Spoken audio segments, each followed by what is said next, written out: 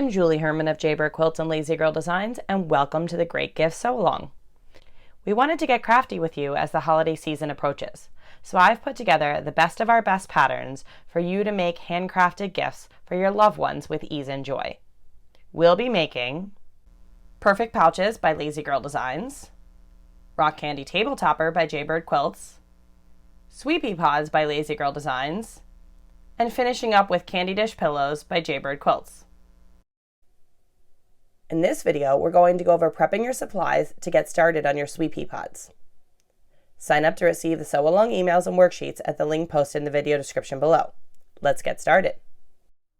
The ingredients for the Sweet Pea Pods create 2 pods, 2 10-inch squares, a 10-inch square of fusible fleece, and 1 zipper make 2 pods. The first thing you need to decide is, do you want to make 2 matching pods, or do you want to make 2 opposites? Here I used 1 fabric on the outside of one and 1 fabric on the outside of the other to get a mix and match look. If you want to do this, we'll cut the fabrics first and then fuse. If you want to, say for instance, make 2 pods with this fabric on the outside, before cutting you'll go ahead and fuse this fabric to your fusible fleece and then cut. I'm going to go ahead and make 2 coordinating pods. To make 2 coordinating pods, I need to go ahead and cut my fabrics. I need to cut them diagonally. So if you have a 45-degree line on your mat, that can be helpful. You can line your fabric up on that 45-degree line and find a point, and then make sure your other point lines up right there. Simply going to take a ruler and go ahead and cut these in half. Sometimes when your ruler moves, your fabric moves. Readjust if necessary.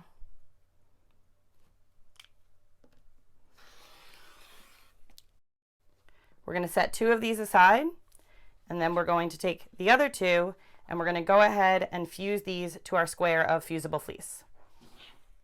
I have my square of fusible fleece, and I'm going to go ahead and take my 2 triangles, and I'm going to line up the square edges, and then the 2 fabrics are going to meet in the diagonal.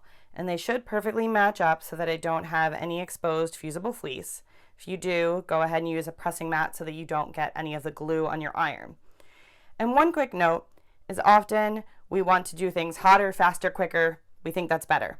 Not necessarily the case for most fusible fleeces. Make sure to read the manufacturer's directions. I recently learned that one of the main reasons if you're having trouble and you feel like it's not adhering, it's not because you're not using hot enough heat. It's because you went ahead and possibly used too high heat and the glue actually evaporated rather than melted. So I've got my iron set to more of a medium setting, and I'm just going to go ahead and slowly press, and I'm going to hold for about 6 to 8 seconds in each location, because that's the directions for the fusible fleece that I'm using. And I will repeat this process so that I can go ahead and fuse my triangles to my fusible fleece. I have my triangles fused onto my fusible fleece, and now I'm back at my cutting mat, and it's time to cut this in half so we get 2 triangles. So you can either line it up on a vertical line on your cutting mat, or you can just go along the line on your piece. I find it's easy enough for me to just go along the line of my piece, and I am just cutting right where the 2 pieces butt up against each other.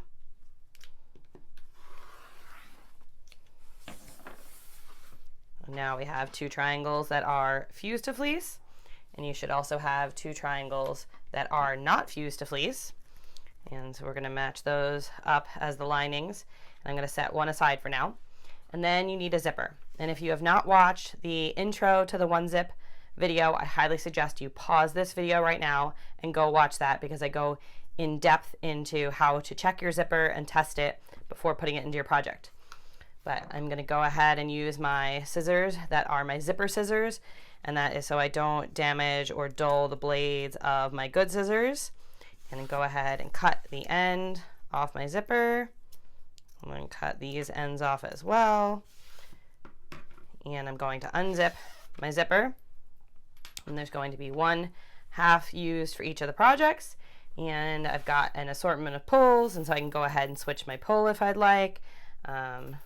I'm going to go on the higher contrast side for this project so that you can see it at the machine. I'm going to use a red zipper and a really contrasty thread. I hope you enjoyed learning how to prep for your Sweet Pea pod. Please be sure to like, comment, and subscribe to the channel, and I'll be back here in the next video to show you how to sew that zipper in.